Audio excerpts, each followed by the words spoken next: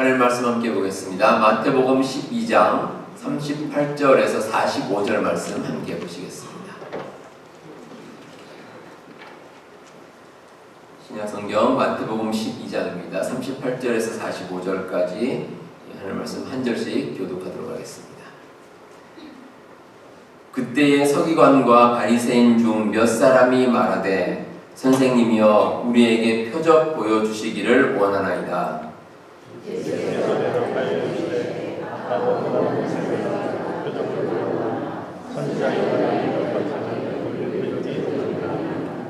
요나가 밤낮 사흘 동안 큰 물고기 뱃속에 있었던 것 같이 인자도 밤낮 사흘 동안 땅 속에 있으리라. 심판때에 너희 사람들이 일어나 이 세대 사람을 정죄하리니 이는 그들이 요나의 전도를 보고 회개하였으므로나 요나보다 더 큰 이가 저기 있으며 심판때에 남방요왕이 일어나 이 세대 사람을 정죄하리니 이는 그가 솔로몬의 지혜로운 말을 들으려고 땅 끝에서 왔음이거니와 솔로몬보다 더 큰 이가 여기 있느니라. 여러 귀신이 사람에게서 나갔을 때에 물론 곳으로 다니며 쉬기를 구하려 쉴 곳을 얻지 못하고 이에 이르되 내가 나온 내 집으로 돌아가리라 하고 와보니 그 집이 비고 청소되고 수리되었거늘 이에 가서 저보다 한 귀신이 우리를 데리고 돌아서 가니 그 사람의 나중이 저보다 더 심하게 일어나 이 약한 세대가 또한 이렇게 되리라. 아멘. 예전에 제가 목회하던 교회에서 어느 집사님 한 분이 하루는 저에게 찾아와서 이런 말씀을 하셨습니다. 어느 교회인지 단체인지에서 이제 주최한 그런 집회에서 기적이 일어났다는 겁니다. 근데 그 기적이 참 특별했습니다. 우리 사람 그 이가 그 금으로 변하는 기적이 나타났다는 겁니다. 제가 그 얘기를 듣고 자세히 알아보면 그 집사님은 직접 본 건 아니고 들은 겁니다. 들었는데 충치라든지 상한 이가 기도를 하니까 금리로 바뀌었다. 이렇게 이야기를 했습니다.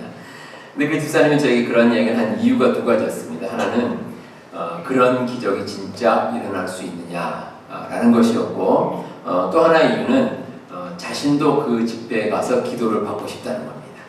그래서 이제 가도 되느냐 이렇게 저에게 질문을 해왔습니다.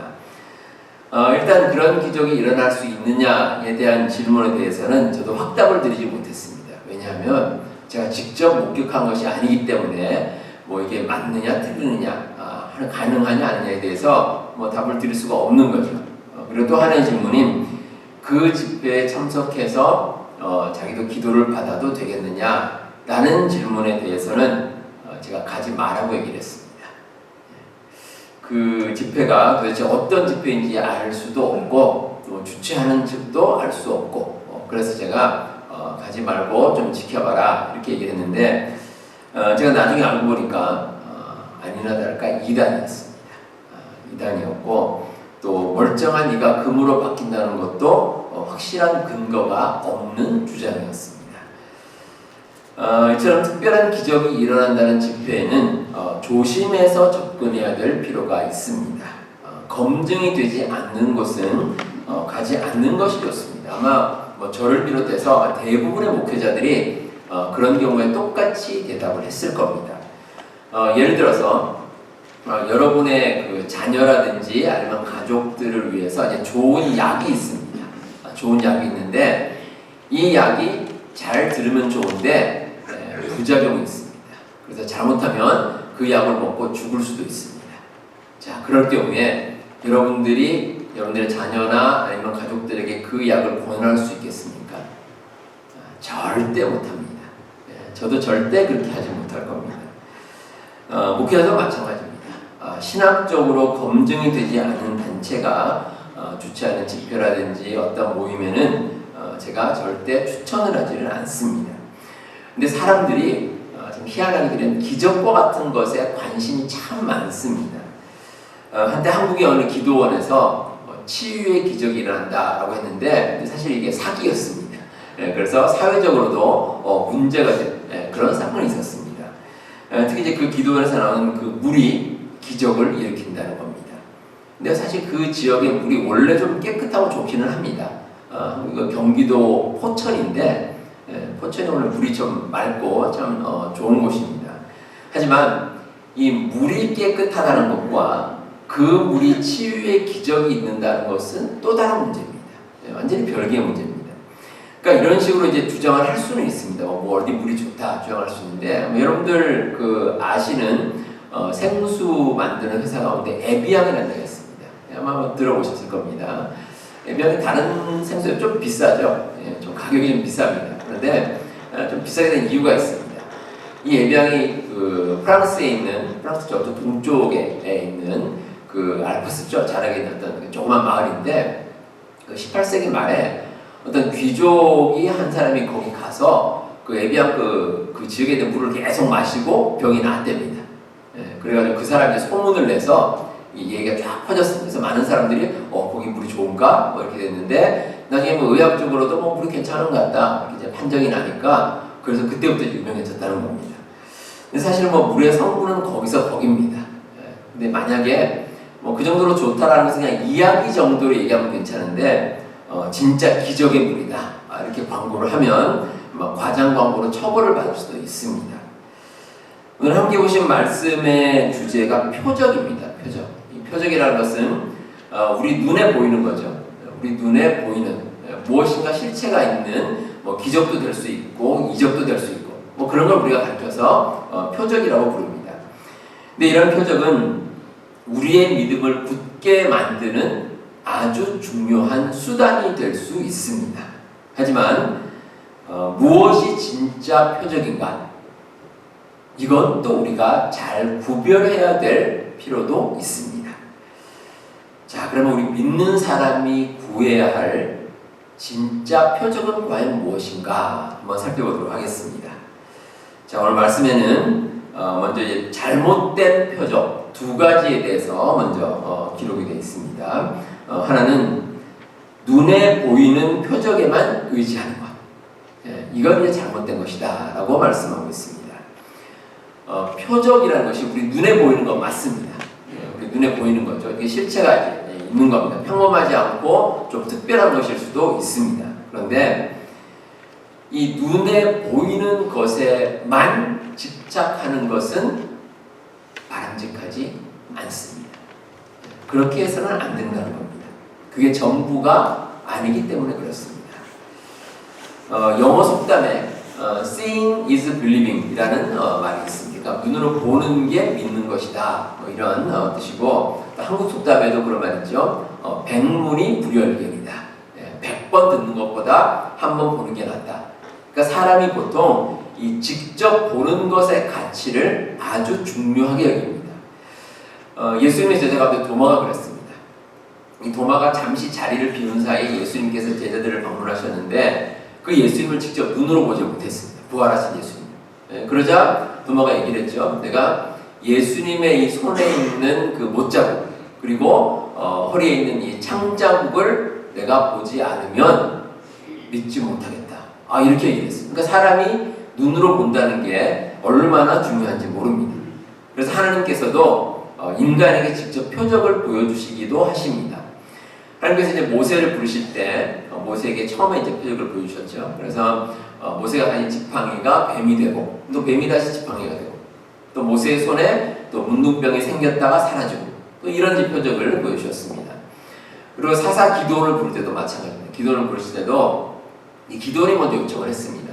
그러니까 이적을 보여달라 요청을 하니까 하나님께서 그 양털 뭉치에만 이슬이 내리고 주변에는 이슬이 없도록 또 반대로 주변에는 이슬이 있고 또 양털 뭉치에만 이슬이 없도록 이렇게 이제 표적을 보여주셨고 또 이 기드온이 맞서 싸울 이 미디안 족속 여기 이제 정탐을 갔는데 이제 미디안 군사들이 자기들끼리 이제 얘기를 하는 겁니다. 우리가 이 이스라엘 그들이 쳐들어오면 우리가 위험할 수도 있다. 어떡하죠? 불안에 떨고 있는 이런 모습을 보여줌으로써 확신을 가지게끔 이제 일종의 표적이죠. 그런 표적을 보여주셨습니다. 그러니까 이런 가시적인 표적이 믿음과 확신을 가지는데 분명히 도움이 됩니다. 하지만 이렇게 눈에 보이는 것만이 전부는 아닙니다. 눈에 보이는 것이 계기가 되어서 우리의 믿음을 굳건히 할 수는 있습니다. 그렇지만 표적만을 의지하는 것은 옳지 않습니다. 왜 그럴까요? 우리가 봐야 될 것은 표적 자체가 아니라 표적의 주체이신 하나님이시기 때문입니다. 표적에만 의지하는 것이 아니라 과연 우리 눈에 보이는 이 놀라운 일들을 누가 행하셨나는 겁니다. 하나님을 봐야죠. 그래야 진짜를 알 수 있습니다. 이 이스라엘 백성들이 가나안 땅에 들어가서 처음에 여리고성을 이제 점령을 했습니다. 그리고 나서 그 다음에 여리고성보다 훨씬 더 규모가 작은 아이성을 공격했는데 그만 참패를 당하고 말았습니다. 그래서 이제 이스라엘 백성이 낙심을 했죠. 물론 그 아이성 전투에서 패배한 것이 이 아간이라는 사람이 이제 전리품을 이제 몰래 빼돌렸기 때문에 하나님께서 벌을 주신 것도 있지만 사실 이스라엘 백성들이 여리고성 전투에 승리를 하고 그 다음부터 하나님을 찾지 않았습니다. 성경을 자세히 보시면 이스라엘 백성들이 아이성 전투에 앞서서 기도했다는 내용이 전혀 나오지 않습니다. 그러니까 자기 눈에 본 것만 믿는 겁니다. 여리고성을 물리치고 그 눈에 승리가 보이니까 이제는 됐구나, 자신 있구나 이렇게 해서 쳐들어갔는데 그냥 패배를 당하고 만 겁니다. 어떤 표적의 의미를 가지려면 믿음의 기도가 반드시 함께 해야 합니다. 우리가 과연 표적이 뭐가 중요한가? 그거 우리가 알고 있어야죠. 어떤 목사님이 그래서 제가 이런 책에서 이런 글을 읽었습니다. 어떤 유명한 설교자 목사님이 스펄전 목사님이 계십니다. 이분이 신학교에서 신학생들을 선발하는데 이 두 부류의 학생들은 선발하지 않았다고 합니다.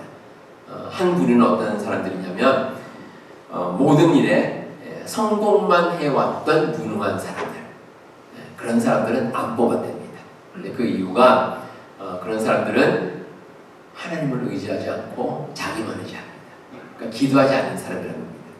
그리고 또 한 부류는 하는 일마다 실패한 사람들입니다.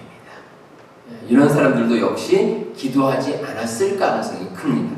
그냥 일을 대충 하기 때문에 목회도 또 신학 공부도 그렇게 대충 하는 우리가 있기 때문에 그런 사람들 역시 뽑지 않았다는 겁니다. 세상에서 눈으로 보여지는 것은 한계를 가집니다. 세상적인 관점에 나타나는 표적이 가진 한계이기도 합니다. 그래서 우리 눈에 보여지는 표적만으로 모든 것을 판단하는 것은 바람직하지 않습니다. 자, 다음으로 잘못된 표적은 그릇된 목적으로 구하는 표적입니다. 오늘 말씀 38절에 보시면 서기관과 바리새인들이 이제 예수님께 표적을 보여달라고 사람들을 보냅니다. 근데 왜 보내겠습니까? 목적이 잘못됐습니다. 예수님께서 보여주시는 표적을 진짜 구한 것이 아니라 예수님께서 어떤 표적에 대해서 말씀하시면 꼬투리 잡으려고.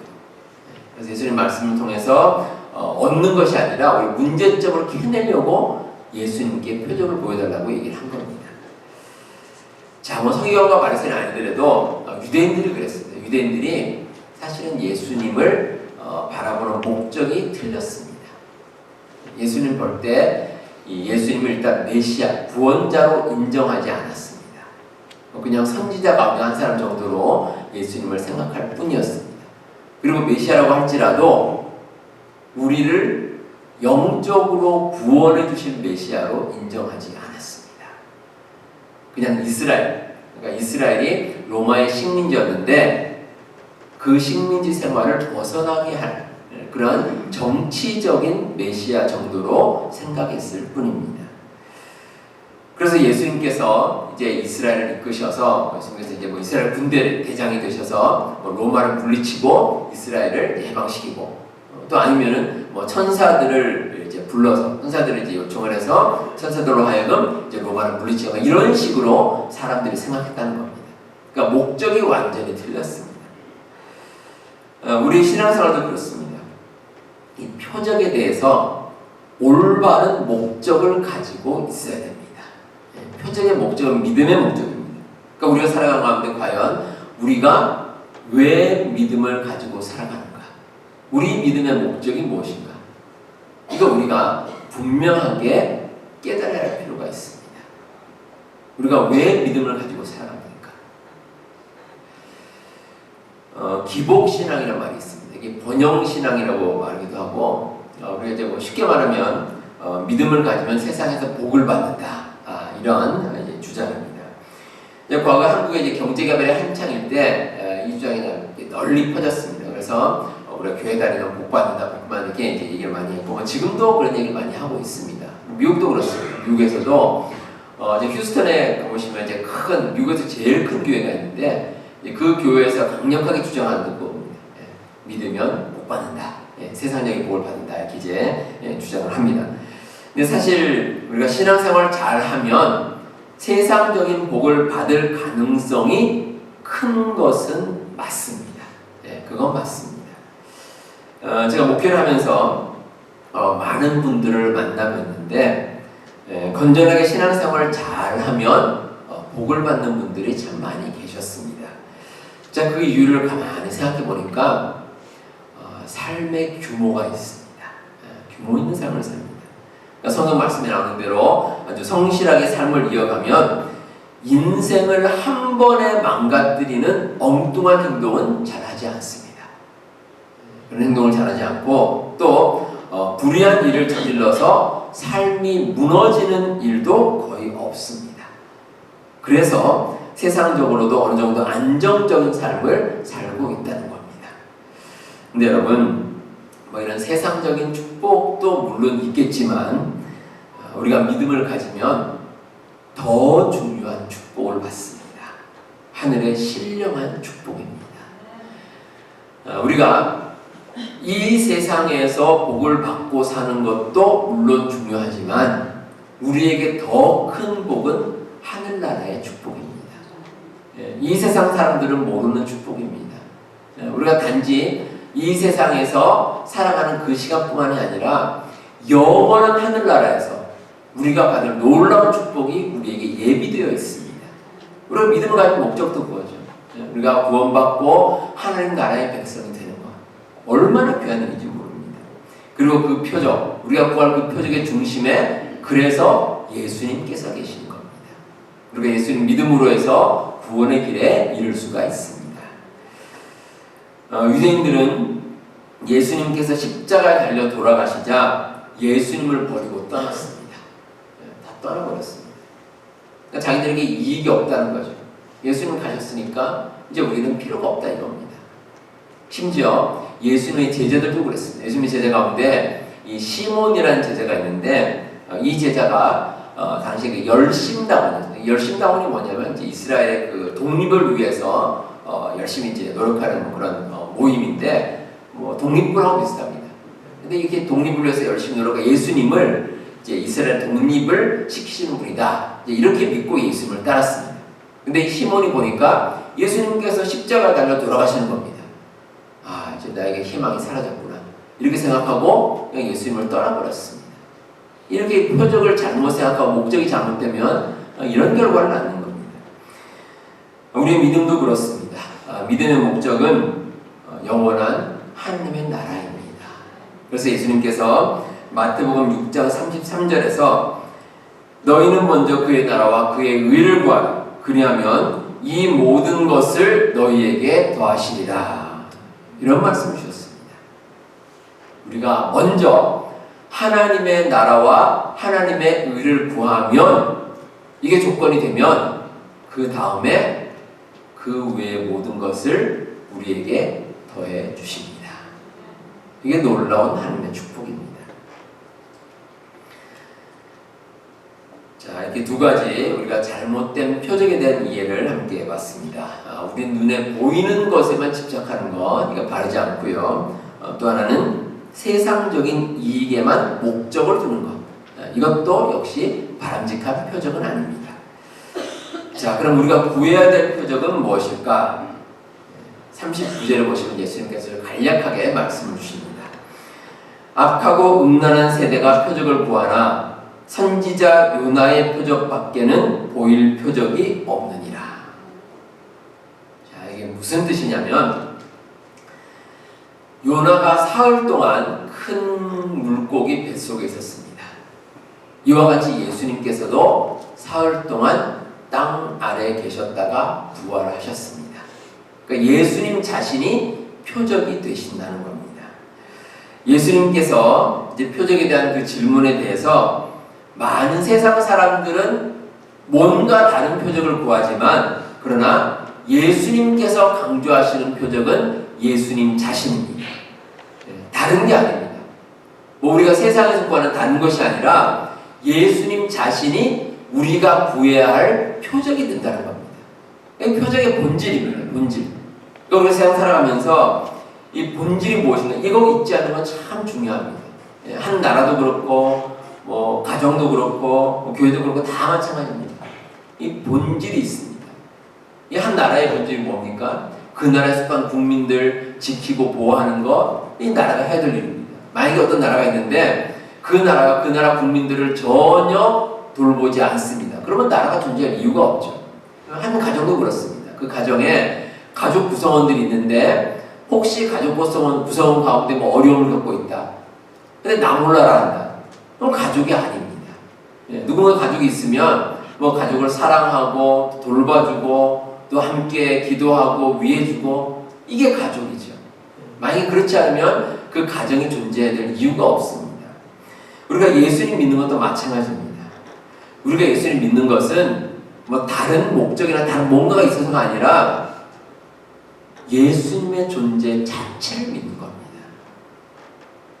죄로 인해 죽을 우리를 위해서 예수님께서 십자가에 달려 돌아가시고 그리고 우리에게 영원한 생명의 길을 열어주신 것, 그렇게 하신 분인 예수님을 우리가 믿고 받아들이는 것, 이게 표적의 본질이고 믿음의 본질입니다. 그래서 그걸 믿고 나가는 겁니다. 우리가 주일 예배를 마치면 친교를 위해서 식사를 같이 함께 나눕니다. 식사를 위해서 이제 도네이션 해주시는 많은 분들이 계신데 참 감사드리고요. 또 우리 식사 준비를 위해서 우리 성교회마다 이제 돌아가면서 이제 성교회마다 이제 준비를 해주시는데 또 역시 이제 감사를 드리는데 매주 이렇게 준비하시는 것이 참 쉬운 일이 아닌데 열심히 준비해 주셔서 너무 감사를 드립니다. 그래서 제가 이제 식사하시는 분에게 좀 이제 부탁드릴 것은 어떤 음식이 나오더라도 감사하며 드시길 바랍니다. 좀 음식이 싱거우면 소금 뿌려 드시면 됩니다. 그리고 짜면 물 좀 부으면 되죠. 그렇게 해서 드시면 됩니다. 그리고 가끔 그 왜 본인이 별로 안 좋아하는 싫어하는 음식 나올 때가 있죠. 저도 그렇습니다. 저도 대부분의 음식은 잘 먹는데 한 가지 잘 못 먹는 게 있습니다. 뭔지 아십니까? 비밀입니다. 그래도 열심히 먹습니다. 왜냐하면 그 일주일에 한 끼입니다. 한 끼. 일주일에 뭐 매번 먹는 것도 아니고 한 끼고 그리고 그 메뉴가 또 매주 나오는 것도 아닙니다. 1년 우리가 52주인데 뭐 어쩌면 한 번 나오고 안 나올 수도 있습니다. 그러면 그냥 우리가 그냥 먹으면 됩니다. 우리 신앙생활에서 비본질적인 거 이런 것들은 그냥 넘어가면 됩니다. 그러니까 우리가 정말 중요하게 생각해야 될 것은 과연 우리가 신앙생활할 때 뭐가 중요한가? 믿음의 본질입니다. 특별히 표적과 관련해서 예수님께서 마지막으로 이런 비유의 말씀을 주십니다. 이 더러운 귀신이 어떤 사람에게 들어갔습니다. 그러다가 이 귀신이 나갔습니다. 나갔는데 이제 귀신이 떠돌다가 다시 한번 찾아가니까 이제 그 사람의 집이 깨끗하게 청소가 된 겁니다. 이제 그러자 다른 더 악한 7 귀신을 데리고 다시 그 사람에게 들어갔다는 겁니다. 자, 이게 무슨 뜻이냐면 우리가 살아가는 가운데 어떤 우리가 뭔가 신앙적으로 표적을 우리가 만날 때가 있습니다. 그래서 우리가 반짝할 때가 있죠. 우리가 신앙적으로 이제 업앤다운이 있는데 우리가 신앙적으로 막 좋을 때가 있습니다. 그러다가 다운될 때, 떨어질 때도 있습니다. 그러니까 신앙생활이 그런데 중요한 것은 우리가 어떤 것을 표적을 목격하고 우리가 어떤 그 마음을 비우는 겁니다. 그러니까 귀신을 몰아내고 우리가 마음을 비우는 건 좋은데 중요한 것은 그 빈 채로 놔두면 안 된다는 겁니다. 그 자리를 예수님으로 채워야 됩니다. 채워야죠. 예수님으로 채우면, 그 표적의 핵심이 되는 그 예수님으로 채우면 이 귀신이나 사탄이 다시 들어올 여지가 없습니다. 근데 우리가 귀신을 쫓아냈다고 해서 다시 말해서 우리가 어떤 신앙적인 어떤 체험을 했거나 아니면 신앙적으로 반짝 좋다가 그대로 놔두면 그러면 다시 한번 이 사탄의 공격을 받을 수가 있습니다. 그래서 우리가 살아가는 가운데 늘 예수님과 동행하고 예수님께서 우리의 삶의 주인 되시고 우리의 삶을 이끌어 나갈 수 있도록 우리의 모든 삶, 우리의 모든 마음을 예수님으로 채워놓는 겁니다. 그러면 어떠한 귀신과 사탄의 공격도 다 물리칠 수가 있습니다. 자, 여러분, 오늘은 예수님께서 탄생하신 성탄절을 기다리는 대림절 두 번째 주일입니다. 이 대림절은 예수님을 기다리는 절기이기도 하고 또 예수님께서 탄생하신 의미를 우리가 깨닫는 그런 시간이기도 합니다. 이 기간을 보내시면서 예수님을 통한 구원이 우리의 삶 가운데 참된 표적이 된다는 것, 여러분들 꼭 기억하시기 바랍니다. 예수님께서는 우리에게 오셔서 하나님의 뜻을 보여주셨습니다. 그래서 우리가 살아가는 가운데 정말 다른 여러 가지도 중요하지만 가장 중요한 것은 예수님께서 우리에게 베푸신 구원의 역사입니다. 이 중요한 표적을 잘 기억하시고 예수님을 통한 구원에 우리의 모든 삶을 맡기고 살아가시는 우리 성도님들 다 되시길 바랍니다.